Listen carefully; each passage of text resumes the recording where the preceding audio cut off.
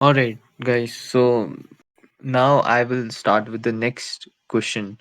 That is like industrial organizational psychology is primarily concerned with what? Human behavior in a workplace or brain functioning and injury, the study of consciousness or emotional disorders. Like industrial organizational psychology is concerned with what? ठीक है ये जब भी बात करते हैं हम human behaviour की एक वर्क स्पेस में तो बात तो होता है इंडस्ट्रियल ऑर्गेनाइजेशनल साइकोलॉजी एंड इसमें हम करते हैं लाइक जॉब एनालिसिस की बात भी करते हैं या फिर साइकोलॉजिकल प्रिंसिपल्स का यूज करते हैं in a work space environment actually in the office to increase the efficacy of the workers. All right.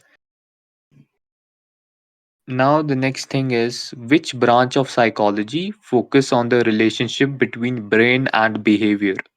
Forensic psychology, neuropsychology, humanistic psychology और behavioral psychology. इसमें brain and behavior की बात की गई है. कौन है?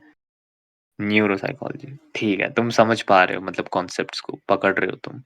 बहुत अच्छी बात है. What is the main focus of developmental psychology? Brain injuries and neurological disorders, change in behavior over the lifespan, the study of humans, how they perceive, think, and solve problems, or the influence of social groups. इसका क्या concept है? Developmental psychology किस में काम आती है? Brain injuries की scanning में काम आती है या फिर change in behaviour over the life span या फिर the study of how people perceive, think, and solve problems, or the influence of social groups on behavior? बोलो, बोलो, बोलो. Developmental psychology.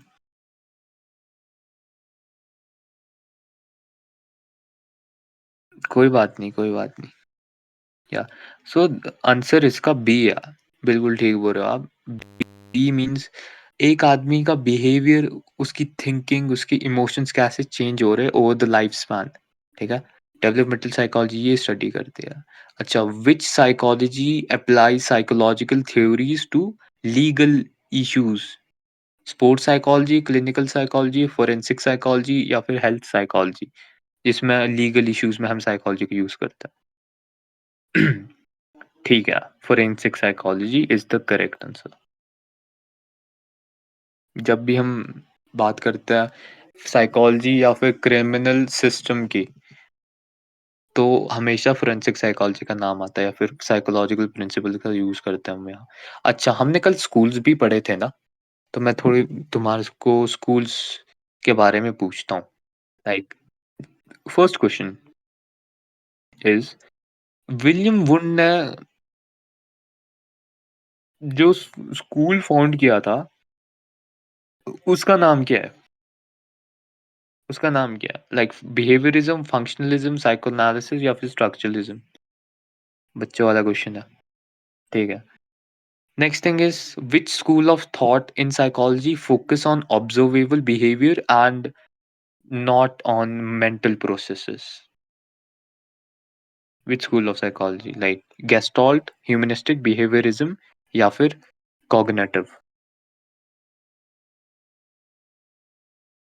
या जब भी behaviorism में मोस्टली फोकस करता है ऑब्जर्वेबल बिहेवियर के ऊपर. लाइक कल भी एक आदमी ने आई थिंक बात की थी like behaviour is public and consciousness is private, right? जो कि जॉन वॉटसन ने बोला था. ठीक है. Next thing is the school of functionalism was heavily influenced by what? Like किससे इन्फ्लुएंस हुआ था ज्यादा? Charles Darwin's theory of evolution, Sigmund Freud's theory of unconscious, Ivan Pavlov's classical conditioning या फिर जीन पियाजेस कॉग्निटिव डेवलपमेंट? किससे ज्यादा influence हुआ था फंक्शनलिज्म?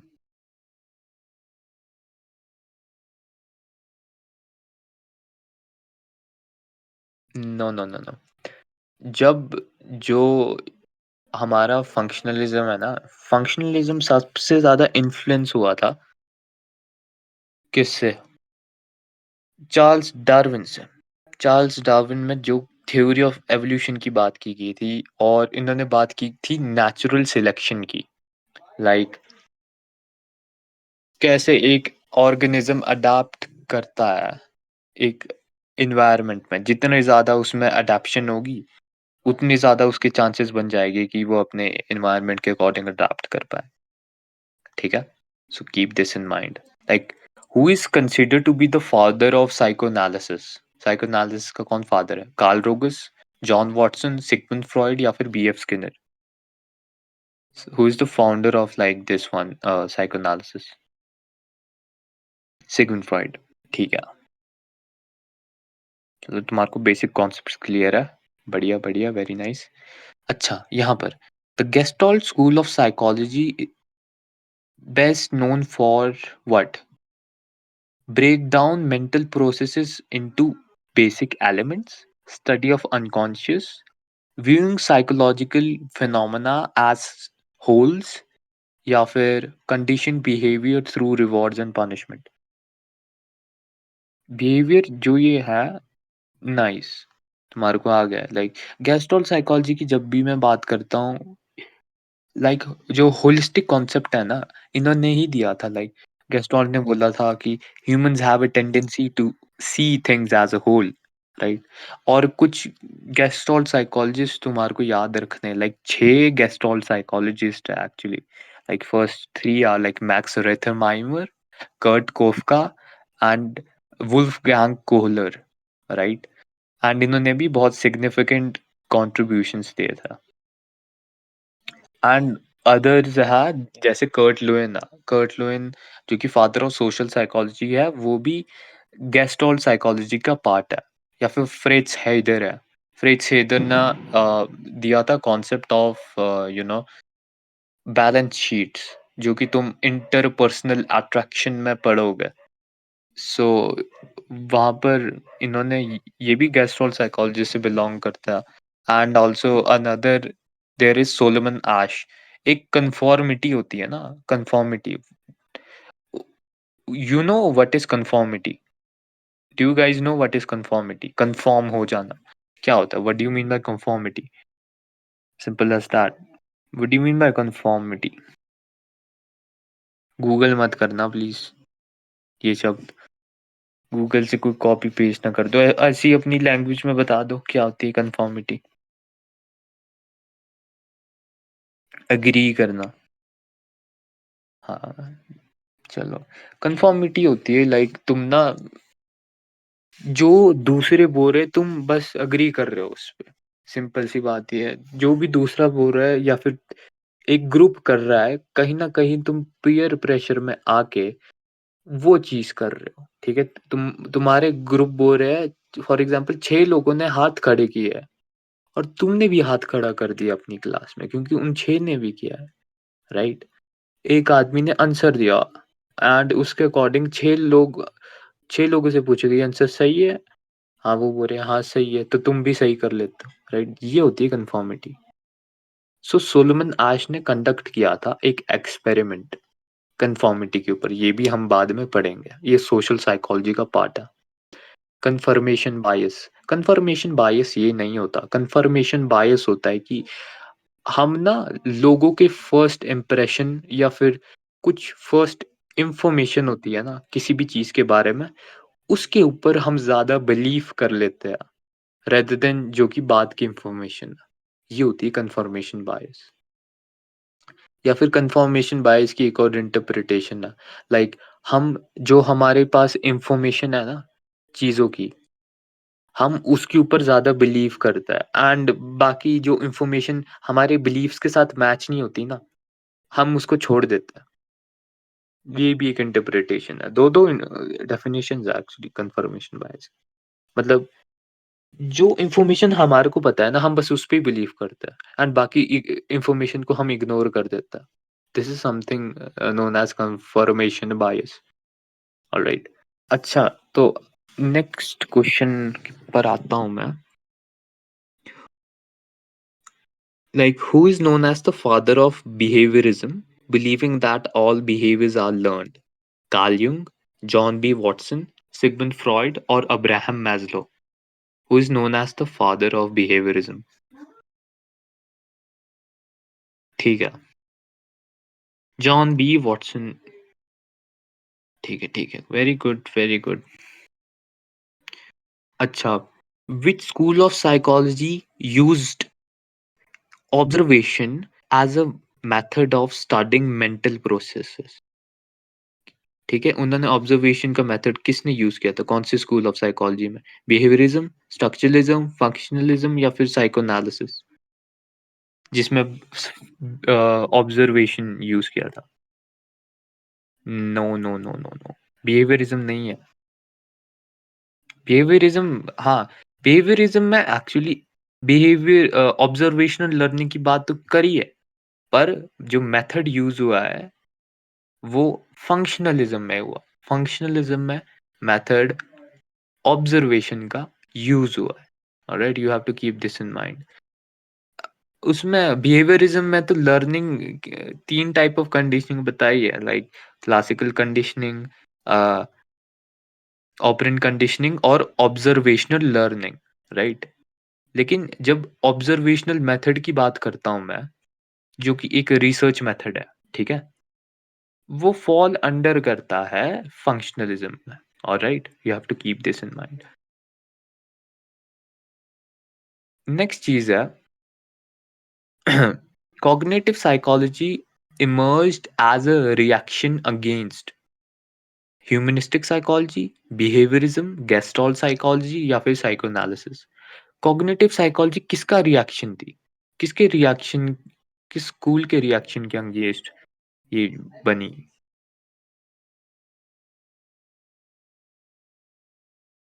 है आइडिया आपको? कॉग्निटिव साइकोलॉजी किसके रिएक्शन के अगेंस्ट बनी? ओके, कोई बात नहीं। तो इसका आंसर बिहेवियरिज्म है, ठीक है? एक्चुअली जो कॉग्निटिव साइकोलॉजी है ना, कॉग्निटिव साइकोलॉजी क्या कर रही है? इंटरनल मेंटल प्रोसेसेस के ऊपर ध्यान दे रही है ना? Cognitive psychology. एंड बिहेवियरिज्म क्या कर रहा है? ये सिर्फ ऑब्जर्वेबल बिहेवियर को ही देख रहा है, इज़न्ट इट? जब तो ये एज़ अ रिएक्शन इंट्रोड्यूस हुआ था ये स्कूल कॉग्निटिव साइकोलॉजी, ताकि ये इनको टक्कर दे सके, राइट? कि सर ऑब्जर्वेबल बिहेवियर ही मैटर नहीं करता, मेंटल प्रोसेसेस मैटर करती है। तो तब as a reaction cognitive psychology emerge हुई। समझ आई गाइस? तो आई थिंक आज के लिए इतने क्वेश्चंस काफी है। Now we will start with the history of psychology, ठीक है? अगर मैं हिस्ट्री की बात करूँ ना, कल जैसे मैंने बात की थी कि चलो ठीक है, तुम्हारे से क्वेश्चन पूछता हूँ कि साइकोलॉजी की रूट्स कहाँ से आती है? कहाँ से आती है साइकोलॉजी की रूट्स? बोलो, चैट। कल ही बात की थी हमने। कैसे प्रूव किया कॉग्निशन भी ज़रूरी है? रुक जा भाई, हमारे को ये टॉपिक खत्म करने दो। हाँ, फिलॉसफी, फिलॉसफी, साइकोलॉजी की रूट्स फिलॉसफी है। किस टाइम की फिलॉसफी? एंशिएंट ग्रीस टाइम की फिलॉसफी। फॉर एग्जांपल, जैसे origins of psychology can be tracked back to like ancient Greece, जहाँ पर philosophers like Aristotle, Plato, Galen, Hippocrates, right, ये लोग इन सब ने बात की थी, डिबेट की थी नर्चर के ऊपर, नेचर के ऊपर, कॉन्शियसनेस के ऊपर, राइट? इन चीज़ों के ऊपर इन्होंने डिबेट की थी। लाइक बाद में आता है, मतलब ये तो एंशिएंट टाइम के है। देखो, 3 हिस्ट्री हम ना हिस्ट्री को 3 इसमें डिवाइड करेंगे। साइकोलॉजी की हिस्ट्री हम 3 इसमें डिवाइड करेंगे, 3 पार्ट्स में। Alright? First is the ancient history, then comes the 10th to 18th century, ठीक है? तो हम साइकोलॉजी की हिस्ट्री इन 3 के अंडर डिवाइड करेंगे, ठीक है? History of psychology can be divided into these 3 parts. First is the ancient history of psychology. Second is 10th to 1800 century, and then comes the modern 1900 century. तो इन 3 के अंदर हम divide करते हैं साइकोलॉजी को, ठीक है? अगर मैं बात करूँ साइकोलॉजी की रूट्स फिलॉसफी में, ancient Greek kind of philosophy है, ठीक है? तो अगर मैं बात करूँ आपके एंशिएंट टाइम्स की, जब मैंने ये बात की ना कि हिस्ट्री डिवाइड हुई है साइकोलॉजी की ancient 10th to 18th century और 19th सेंचुरी, ठीक है? तो अगर मैं एंशिएंट हिस्ट्री ऑफ साइकोलॉजी की बात करूँ, एंशिएंट हिस्ट्री ऑफ साइकोलॉजी के अंदर आते हैं 4 4 मेन कैरेक्टर्स या फिर 4 मेन फिलोसोफर्स तुम बोल सकते हो like first is Plato, then is Aristotle, then comes Hippocrates, then comes Galen, ठीक है? जब भी मैं एंशिएंट हिस्ट्री की बात करूँ ना साइकोलॉजी की, ये 4 नाम तुम्हारे आगे आने चाहिए, ठीक है? अब हम इनके बारे में एक-एक करके बात करते हैं। For example first I will tell you about Plato. Plato is a kind of a man जैसे कल भी मैंने बोला था he supported the nurture view and nurture view क्या था? Can anybody describe what is the nature view sorry nature view इन्होंने support किया था nature view. What is the nature view of debate within psychology what do you mean by the nature view? थोड़ा-सा brief दे सकते हैं अगर किसी को याद है? नहीं पता कहाँ भाई तुम सोए हुए थे क्या? हाँ, ह्यूमन बोर्न विद इंटेलिजेंस मतलब हम इंसानों के पास we humans all like we all have knowledge about everything since we are born alright. हमारे पास सब पहले से ही सारी इंफॉर्मेशन है that can be tapped through introspection. जब हम इंट्रोस्पेक्ट करते हैं तो हमारे को ये सब नॉलेज एंड विजडम एक्वायर होता है, ये नेचर व्यू बोलता था, right? And yes, like it is a innate intelligence है हमारे पास। वी ऑल हैव इन्नेट मतलब inborn. We all have inborn intelligence, inborn knowledge चीजों के बारे में। ये नेचर व्यू सपोर्ट करता था जो कि प्लेटो इस चीज को सपोर्ट करते थे। अगर मैं बात करूं एरिस्टोटल की, एरिस्टोटल जो थे, एरिस्टोटल ना सपोर्ट किया था नर्चर व्यू को। नर्चर व्यू बोलता है that we gain experience and knowledge by interacting with the world, ठीक है? ने भी किया था क्या नेचर व्यू को? हम इसकी बात भी आगे करेंगे, आप बस सुनते रहो, ऑलराइट? हम जब मैं बात करता हूँ नर्चर व्यू की, नर्चर व्यू को सपोर्ट किया था एरिस्टोटल में जिसको फादर ऑफ वो बोलते हैं बायोलॉजी, ठीक है? Father of biology Aristotle. तो इन्होंने भी सपोर्ट किया था नर्चर व्यू को that we learn by interacting with the world. अब नेक्स्ट आता है गैलन एंड हिपोक्रेट्स। हिपोक्रेट्स ने ना 4 ह्यूमर्स दिए थे, ह्यूमर्स, ठीक है? जब भी एरिस्टोटल का अगर तुम कंट्रीब्यूशन बोलो, एरिस्टोटल को बोलते हैं फादर ऑफ मेडिसिन, ठीक है? Aristotle is known as the father of medicine जिन्होंने 4 ह्यूमर्स दिए था। 4 ह्यूमर्स जो ये होते हैं, अगर मैं इनकी बात करूँ, ये होते हैं पहले blood, second is black bile, then is yellow bile and then is phlegm. ये 4 ह्यूमर्स दिए थे Hippocrates like black bile, like blood, yellow bile, black bile and phlegm, alright? ये 4 इन्होंने दिए थे। अगर मैं बात करूँ किसकी अब मैं बात करता हूँ आपके गैलिन की।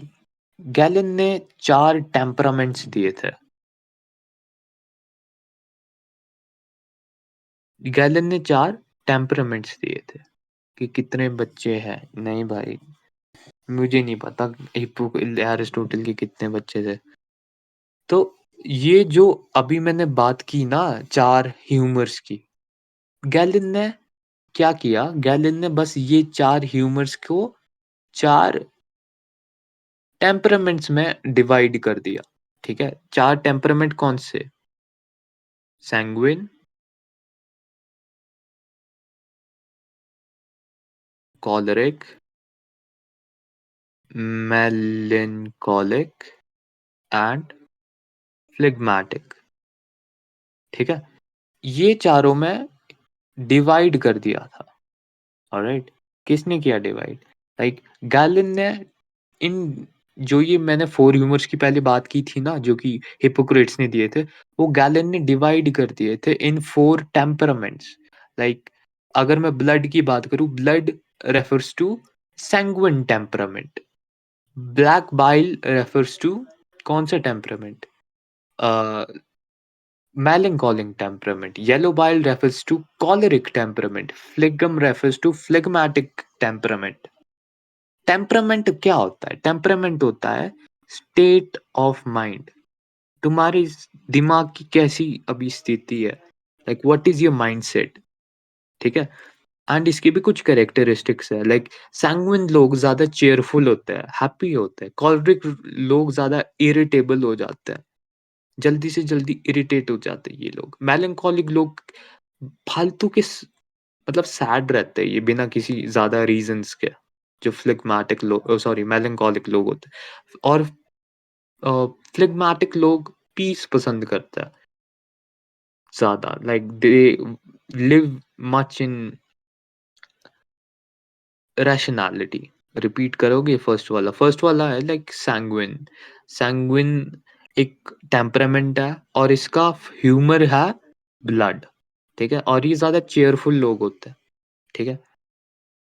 तो अब मैं मतलब ये कनेक्टेड है, लाइक अगर हिपोक्रेट्स ने 4 ह्यूमर्स दिए थे, तो 4 टेम्परामेंट्स दिए थे गैलन ने। हमेशा ये याद रखना।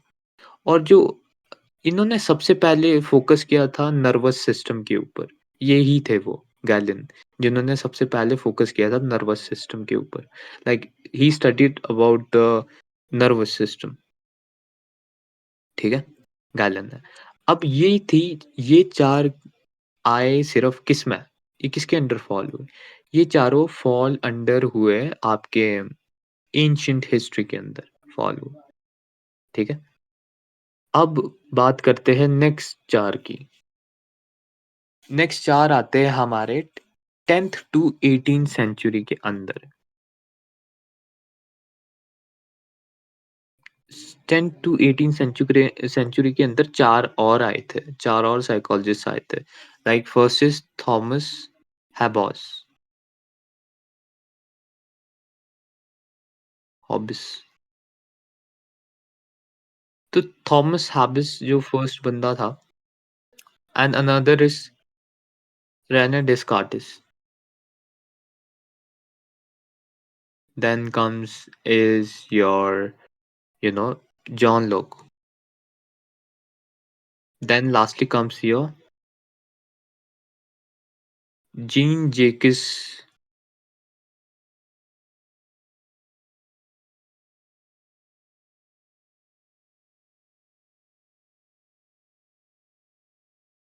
Rousseau.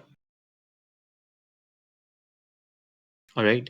तो ये 4 10th टू 18th सेंचुरी में इन चारों का ज़्यादा कंट्रीब्यूशन था साइकोलॉजी के अंदर। लाइक या the first thing is first one is Thomas habeas, second is Rene Descartes, third is John Locke, and fourth is Jean Jacques Rousseau. Alright? You have to आपको ये लर्न करना पड़ेगा। अगर मैं इन सब के कंट्रीब्यूशंस की बात करूं कि किसने कैसा कंट्रीब्यूशन किया, तो वो मैं बताता हूँ। लाइक थॉमस हैबिस ने कैसा कंट्रीब्यूशन, लाइक अगर मैं थॉमस हैबिस की बात करूं, थॉमस हैबिस ने कंट्रीब्यूट किया था माइंड को, लाइक हमारा माइंड और हमारी लैंग्वेज कैसे फंक्शन कर रही है। या फिर इन्होंने डिवेल्प भी किया था पॉलिटिकल साइकोलॉजी के अंदर। इन्होंने पॉलिटिकल साइकोलॉजी के अंदर बात की थी। इन्होंने थॉमस हैबिस में बात की थी माइंड और लैंग्वेज कैसे काम करती है। Alright, have to go. Okay, psychic, bye bye. Second is René Descartes. René Descartes बोलते हैं ये फादर ऑफ मॉडर्न फिलोसफी है, ठीक है?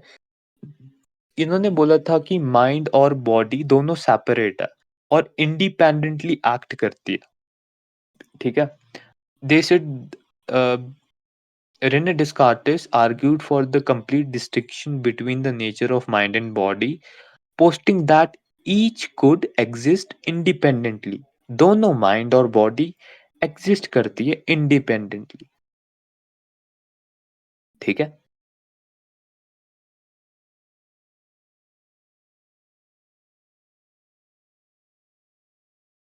मैं देख रहा हूँ कौन कौन लोग कंसिस्टेंट है कौन नहीं है। सो या ऐसा मत समझो कि मैं ऑब्जर्व नहीं कर रहा। नेक्स्ट थिंग इज आती है जॉन लोक। जॉन लोक ने कॉन्सेप्ट दिया था टैबुला रासा का। टैबुला रासा का मतलब होता है एम्प्टी माइंड, खाली दिमाग, ठीक है? टैबुला रासा का वो कॉन्सेप्ट होता है। Tabula rasa means blank slate. Blank slate का मतलब होता है कि हमारे जब हम पैदा होते हैं ना, हमारा दिमाग एक ब्लैंक स्लेट की तरह होता है, खाली स्लेट की तरह होता है, और इस खाली स्लेट में हम लिखते हैं अपने नॉलेज को और एक्सपीरियंसेस को। Alright, so I think therefore I am, yes, ये दिया था रेने डिस्कार्टिस ने आइडिया। एंड रेने डिस्कार्टिस ने ये तक बोला था कि हमारा बॉडी और माइंड कंट्रोल होता है हमारे पीनियल ग्लैंड द्वारा, right? Are pineal gland somehow regulates our body and mind. So this was the concept that was given by Rene Descartes. Also, tabula rasa, empty mind, या फिर जब भी मैं बात करता हूँ इन चीजों की, तो या जॉन लोक का नाम सबसे पहले आता है इसमें आगे। ब्लैंक स्लेट की बात करता हूँ। Next is John Jacques Rousseau. John Jacques Rousseau ने ज्यादा कंट्रीब्यूशन दिए थे मॉरल डेवलपमेंट में एंड ह्यूमन सोशल डेवलपमेंट में। अगर मैं मॉरल डेवलपमेंट की बात करता हूँ तो दो लोगों का नाम सबसे आगे आता है। First is Kohlberg and John Jacques Rousseau. इन दोनों का नाम सबसे आगे आता है,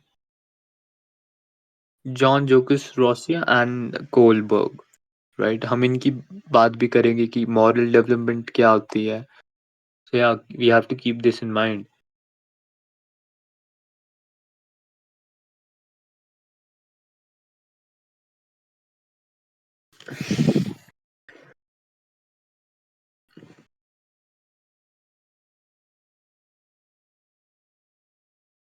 अब बात करते हैं 19th सेंचुरी में साइकोलॉजी कैसे इमर्ज हुई थी, ठीक है? 19th सेंचुरी की बात करूँ मैं, अगर बहुत सारे कॉन्सेप्ट्स दिए थे यार इस सेंचुरी में, लाइक गुस्ताव फेचनर ने कॉन्सेप्ट दिया था जस्ट नोटिसेबल थिंग्स का, लाइक जे एंड डी का कॉन्सेप्ट दिया था गुस्ताव फेचनर ने। This guy, cost of watch, like J and D means just noticeable things. Next thing is like Charles Darwin ने invent की थी evolutionary psychology. Morality depends on the believes otherwise social believes. आपको समझ आ जाएगा ये concept, like जो हमारी morality है वो डिपेंड करती है हमारा सुपर ईगो कैसा है। सुपर ईगो के बारे में हम बात करेंगे आगे साइको एनालिसिस में, की डेप्थ में बात करेंगे कि सुपर ईगो क्या होता है, ठीक है? So don't worry about that. जब भी हम मोरालिटी की बात करेंगे हम सुपर ईगो की बात करेंगे, सुपर ईगो हम पता करेंगे वहां पर, don't worry. Next is Charles Darwin, जिन्होंने कॉन्सेप्ट दिया था सोशल साइकोलॉजी का, सॉरी एवोल्यूशनरी साइकोलॉजी का। एंड इनका बहुत ज्यादा इन्फ्लुएंस भी रहा है फंक्शनलिज्म के स्कूल के ऊपर भी। एंड इन्होंने एक और चीज दी है, लाइक इन्होंने इमोशन की एक थ्योरी दी है that is known as facial feedback hypothesis.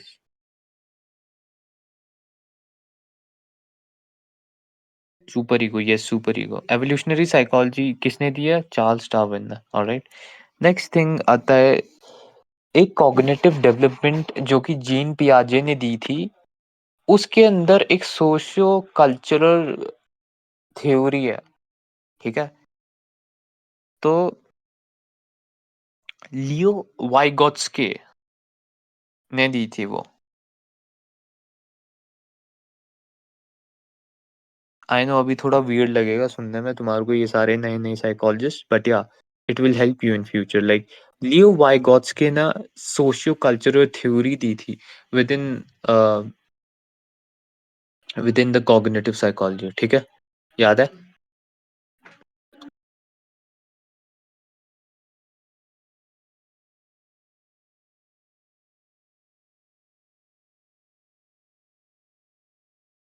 Alright guys, wait, I am coming.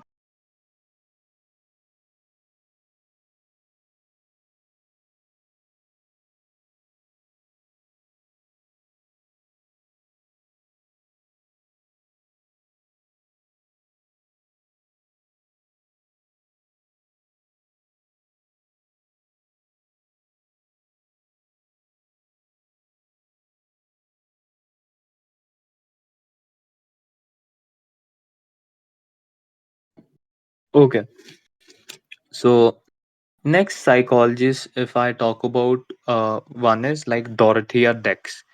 Dorothea Dex, she had given the concept of mental hygiene movement, जो कि अमेरिका में हुई थी।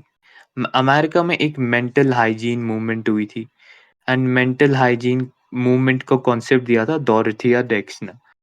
Alright, so she have contributed to some very famous mental hospitals in America, like in some states of Halifax and Nova Scotia. Alright, Halifax actually region है Canada में, ठीक है?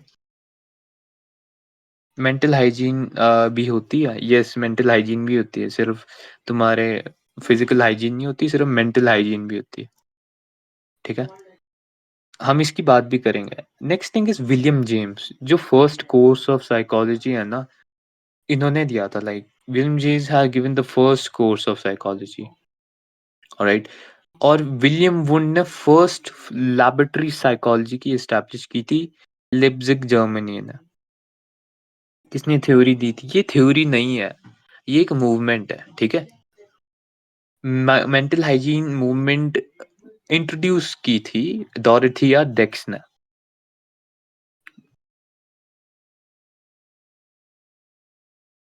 Dorothea डेक्स, alright? Pragmatism, William James, या William James ने pragmatism का term भी coin किया था। बिल्कुल ठीक है।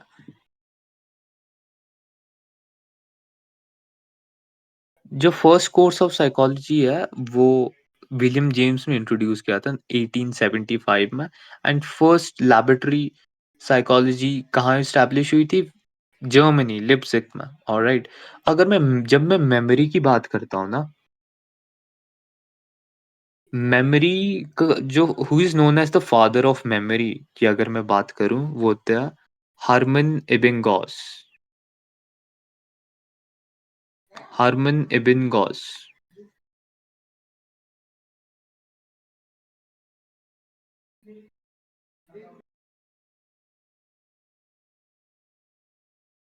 GH, alright. सो या हर मतलब हार्मन ने जब भी मैं मेमोरी हमारी मेमोरी कैसे काम करती है, एपिसोडिक मेमोरी क्या होती है, सेमांटिक मेमोरी क्या होती है, प्रोसीजरल मेमोरी क्या होती है, प्रोसीजरल रिट्रीवल क्या होता है, या फिर फॉरगॉटन कर्व क्या होता है, ये सब कॉन्सेप्ट्स दिए थे हार्मन एबिंगॉस ने। He is known as the father of memory, alright? जब साइकोलॉजी को डेप्थ में पढ़नी पड़ती है तो ये नाम याद रखने पड़ते हैं। जब तुम व्हाइट रूम के स्टूडेंट बन जाते हो तो you have to bear the pain it brings, alright? कि भी इतने कितने टाइप होते हैं, ऑलराइट? बहुत सारे टाइप्स होते हैं मेमोरी के, ऑलराइट? ऐसे ही थोड़ी नहीं बस मेमोरी तो मेमोरी ऐसा नहीं होता। वर्किंग मेमोरी होती है, एपिसोडिक मेमोरी होती है, प्रोसीजरल मेमोरी होती है, बहुत सारी मेमोरीज होती है। Good, alright? जब साइकोलॉजी को तुम डेप्थ में पढ़ोगे तो तुम्हें बहुत कुछ मिलेगा। नेक्स्ट थिंग इज़ मैं बात करता हूँ सिगमंड फ्रॉइड की। सिगमंड फ्रॉइड ने he was the father of psychodynamic theory and Sigmund Freud ने इंट्रोड्यूस किया था साइकोडायनामिक स्कूल कब 1896 में। लाइक उन्होंने एक बुक भी लॉन्च की थी अपनी। इन्होंने ये बुक लॉन्च की थी 1899 या 1900 में। सिगमंड फ्रॉइड ने इंटरप्रिटेशन ऑफ ड्रीम्स कि हमारे ड्रीम कैसे काम करते हैं और उसका पीछे क्या मैकेनिज्म है, इन्होंने ये एस्टैब्लिश की थी।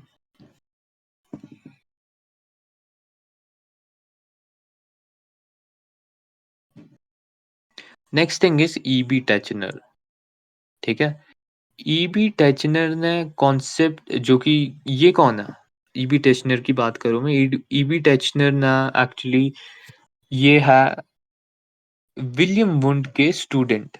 William wound, you know, the father of psychology, ये इनके स्टूडेंट है ईबी टेचनर, जिन्होंने दो चीजें की हुई है। लाइक इन्होंने एक बुक लिखी थी outline of psychology. Next thing is इन्होंने स्ट्रक्चरलिज्म का टर्म इन्होंने लाया था और इसको पॉपुलराइज किया था। ऑलराइट, जो टर्म है स्ट्रक्चरलिज्म, जो कि स्कूल ऑफ साइकोलॉजी है, इन्होंने ये टर्म लाया था एंड इस स्कूल को इन्होंने बहुत पॉपुलर किया था। ठीक है, next thing is John B Watson. John B Watson ने 1913 में बिहेवियरिज्म की एस्टैब्लिशमेंट की थी। राइट, 1913 में। एंड जॉन बी वॉटसन ने क्या किया था, जॉन बी वॉटसन ने एक बुक भी लिखी थी, like behaviour behaviour an introduction to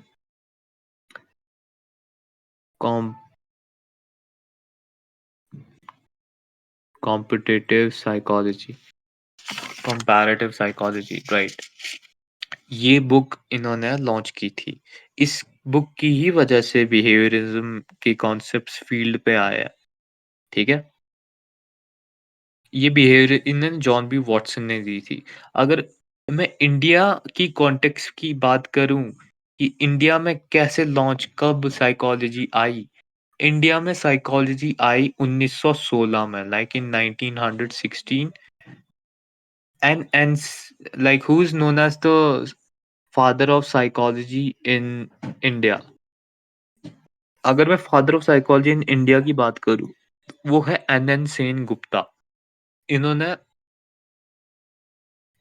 introduce की थी साइकोलॉजी इंडिया में इन 1960 in university of Calcutta.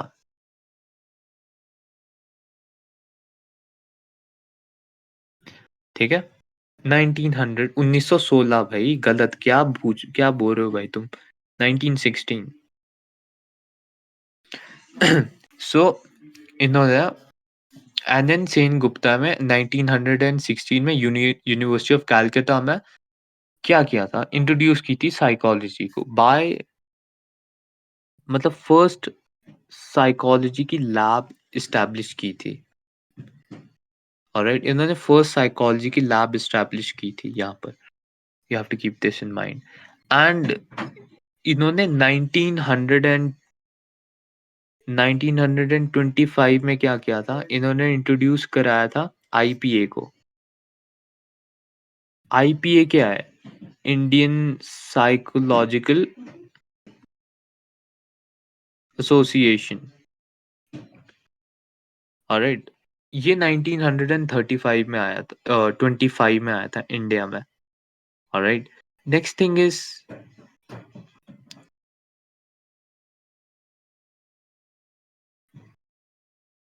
गिरीशेंद्र Bose की अगर मैं बात करूं, गिरीशेंद्र बोस कौन है? गिरीशेंद्र बोस वो है, लाइक इन्होंने इंट्रोड्यूस किया था इंडियन साइको एनालिटिकल सोसाइटी को। Indian psycho analytical society, Girish. Alright, गिरीशेंद्र बोस, ऑलराइट। तो इन्होंने इंट्रोड्यूस किया था इंडियन साइको एनालिटिकल एसोसिएशन को। Next thing is Kurt Koffka. ये काफका नहीं है, कोफका है, alright. This guy, Kurt Koffka. So Kurt Koffka ने इंट्रोड्यूस किए थे गेस्टॉल्ट के प्रिंसिपल्स। कुछ हमारे गेस्टॉल्ट के प्रिंसिपल है। अगर मैं तुम्हारे को एक चीज दूं ना, राइट, तुमने उस बुक का कवर देखा? इस किताब का कवर, एटकिंसन की किताब का कवर देखा तुमने? जो कवर पेज है, उसमें ना गेस्टॉल्ट का प्रिंसिपल लगा हुआ है, ठीक है? गेस्टॉल्ट का प्रिंसिपल लगा हुआ है उसमें, जो कि कर्ट कोफका ने दिए थे। गेस्टॉल्ट लाइक प्रिंसिपल्स ऑफ, या इस बुक के जो तुम ये देख रहे हो ना पीछे बैकग्राउंड में, ये गेस्टॉल्ट का एक प्रिंसिपल है, ठीक है? एंड गेस्टॉल्ट के प्रिंसिपल्स 1935 में दिए थे कर्ट कोफका ने, alright. Next thing is BF Skinner. BF Skinner ने इंट्रोड्यूस किया था ऑपरेंट कंडीशनिंग को। एंड इन्होंने एक बुक भी लिखी थी 1938 में, that is known as behaviour, like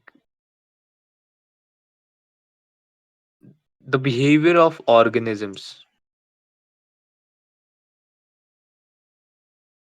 the behaviour of organisms book 1938 में लिखी थी by BF Skinner, alright. Next thing is ये चीज, +2 -2।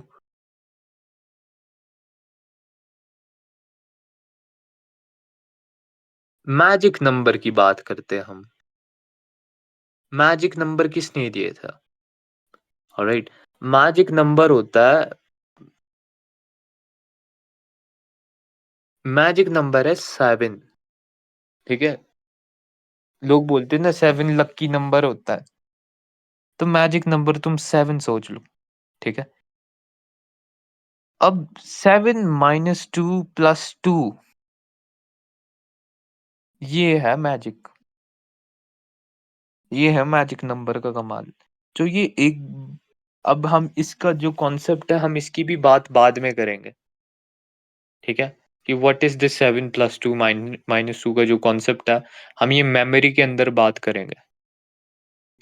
एंड ये चीज दी थी, किसने दी थी ये चीज? ये चीज दी थी जॉर्ज मिलर ने। George Miller have given the concept of 7 + 2 - 2 refers to as the magic number, alright. अब नेक्स्ट चीज आती है episodic memory. Episodic memory, episodic memory का कॉन्सेप्ट दिया था एंगल टोल्विंग के द्वारा। Endel Tulving was a psychologist who has given the concept of episodic memory, alright। तो या कल हमने एक साइकोलॉजिस्ट की बात भी की थी, like George angle, right? George angle की कल हमने बात की थी, है ना? जॉर्ज एंगल ने दिया था बायो साइको सोशल मॉडल। ऐसे ही इस नाम से तुम सिमिलर याद रख सकते हो, लाइक एंगल टोल्विंग, जिन्होंने कॉन्सेप्ट दिया था एपिसोडिक मेमोरी का। ये एपिसोडिक मेमोरी क्या होती है, हम इसके बारे में भी पता करेंगे टाइम से। So yeah you have to be consistent. तो ये मैंने तुम्हें हिस्ट्री पढ़ा दी है पूरे साइकोलॉजी की, ठीक है? मैंने तुम्हें करा दिया है एंशिएंट साइकोलॉजी के बारे में, तुम्हें करा दिया है मैंने 10th टू 18th सेंचुरी तक की साइकोलॉजी, और 19th सेंचुरी तक की साइकोलॉजी भी करा दी है, ठीक है? एंड बस अब थोड़ी सी इंडियन साइकोलॉजी की बात करेंगे हम, उसके बाद बस सो जाएंगे। थोड़ी सी बस इंडियन साइकोलॉजी की बात करता हूँ मैं। लाइक इंडियन साइकोलॉजी के जो मेन कॉन्सेप्ट्स है वो डराइव हुए हैं रिलीजन से एंड स्पिरिचुअल प्रैक्टिसेस से। जो कि इंडियन साइकोलॉजी किसके मोस्टली कॉन्सेप्ट डराइव हुए हैं आपके इसी से, स्पिरिचुअल प्रैक्टिसेस और रिलीजन से, मैक्सिमम सारे के सारे concept, like mostly from religion, socio cultural perspective and spiritual processes, right? इनसे ही सबसे ज्यादा कॉन्सेप्ट डराइव हुए हैं। एंड दे इंडियन साइकोलॉजी का मोस्ट फोकस होता है कॉन्शियसनेस के ऊपर, कॉन्शियसनेस के ऊपर, माइंड के ऊपर और बिहेवियर के ऊपर। इन तीन चीजों के ऊपर बहुत ज्यादा फोकस करता है। एंड ये तीन चीजें रिलीजन के अंडर आती है, लाइक जैनिज्म, बुद्धिज्म, हिंदुइज्म, इन चीजों के बारे में ही तो ज्यादा बात करते हैं। ये बात करते हैं कॉन्शियसनेस के ऊपर, माइंड के ऊपर, बिहेवियर के ऊपर। तो ये यहाँ से इन्फ्लुएंस करके आए हैं, हमारा रिलीजन ने इन्फ्लुएंस किया है इंडियन साइकोलॉजी को बहुत ज्यादा।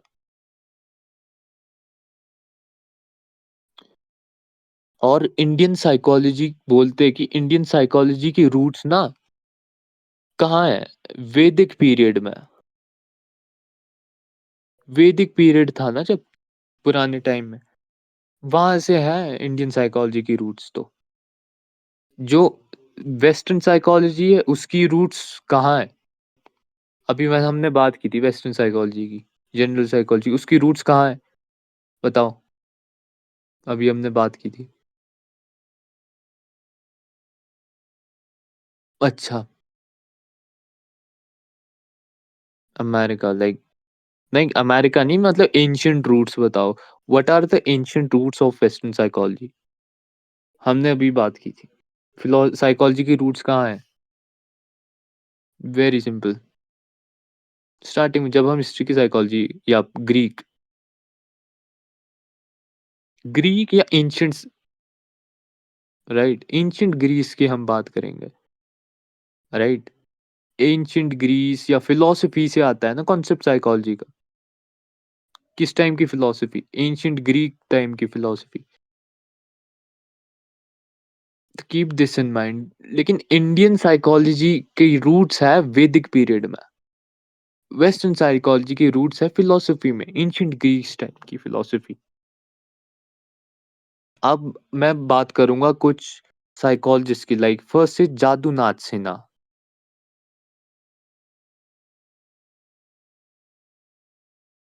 Alright, this guy, Jadunath Sinha. अगर मैं बात करता हूँ जादूनाथ सिन्हा की, इन्होंने इंडियन साइकोलॉजी के ऊपर कंट्रीब्यूशन की है bye merging various spiritual practices and religions, right? इन्होंने जादूनाथ सिन्हा ने साइकोलॉजी को डेवलप किया इंडिया में by collecting, by merging several spiritual and religious things, religious collections.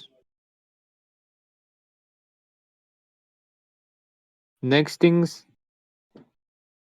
okay, next thing आती है, नेक्स्ट जो आदमी आता है जो कि इंडियन साइकोलॉजी में बहुत ही फेमस किया गया है, for example Caroline Rhys Davis.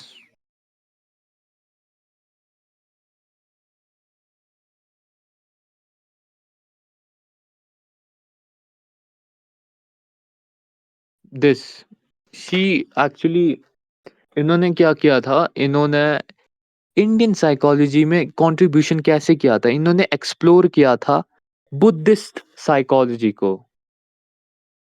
जो बुद्धिस्ट साइकोलॉजी है, इन्होंने ज्यादा इनके बारे में फोकस किया था। Like Caroline Rice Davids made significant contributions to the development of Indian psychology, particularly within Buddhist thought. Her influential work, Buddhist Psychology, published in 1914, provided valuable insights of psychological principles found within Buddhism.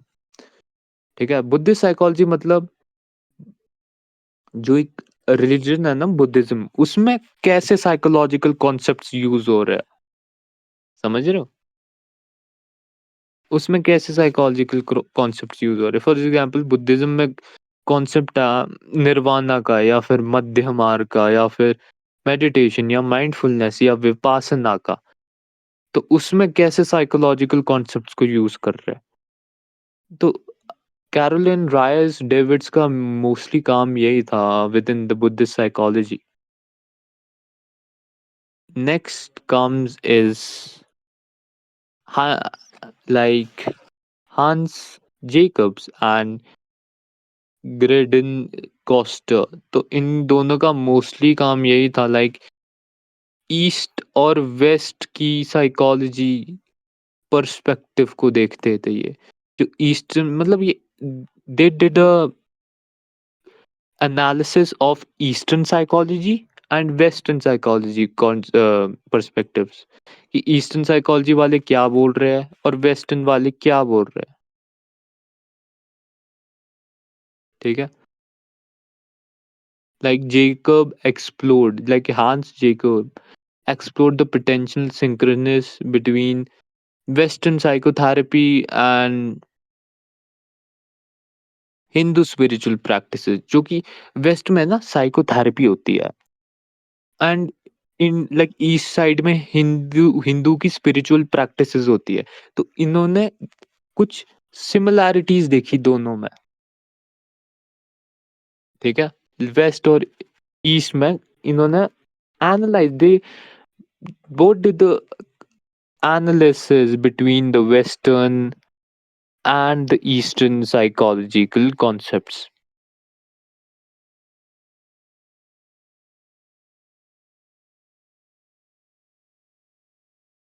Like इन्होंने और भी बात की like yoga and western psychology.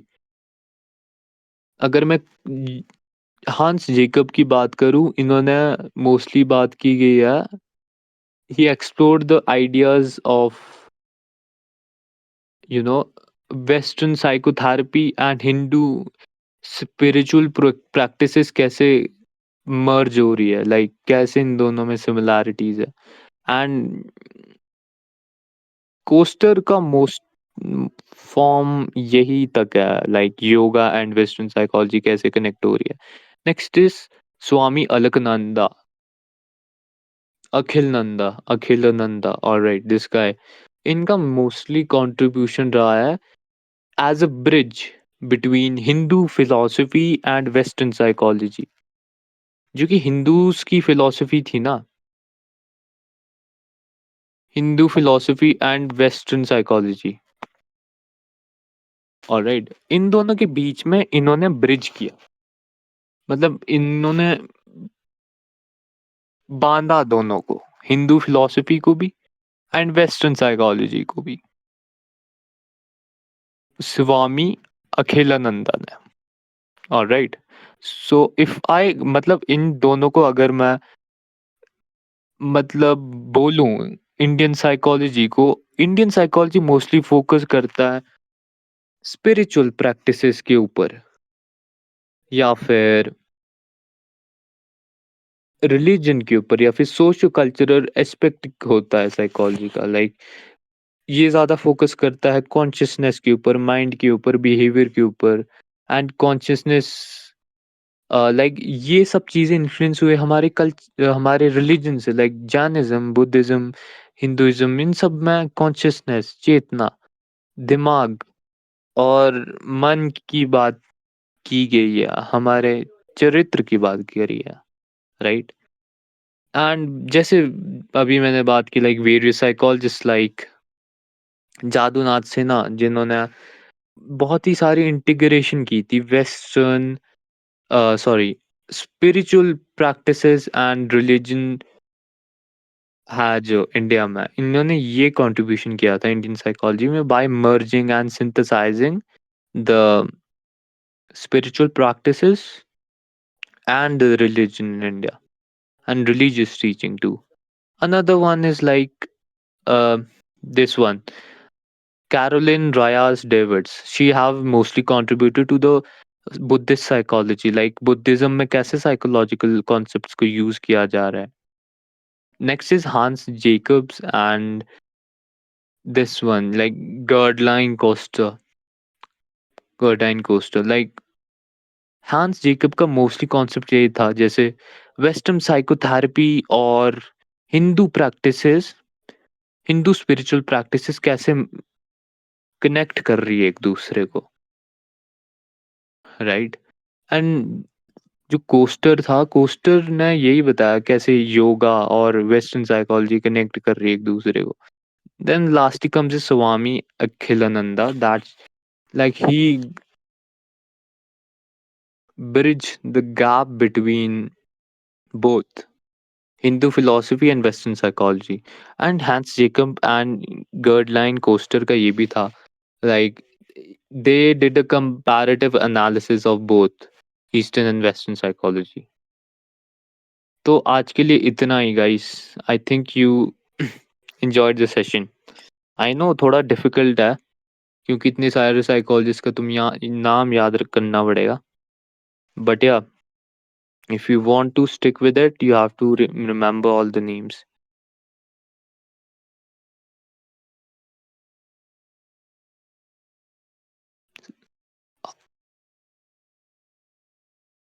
Okay, so you can close the recording, guys, and also you can upload this in YouTube जिसने recording खोली थी. All right.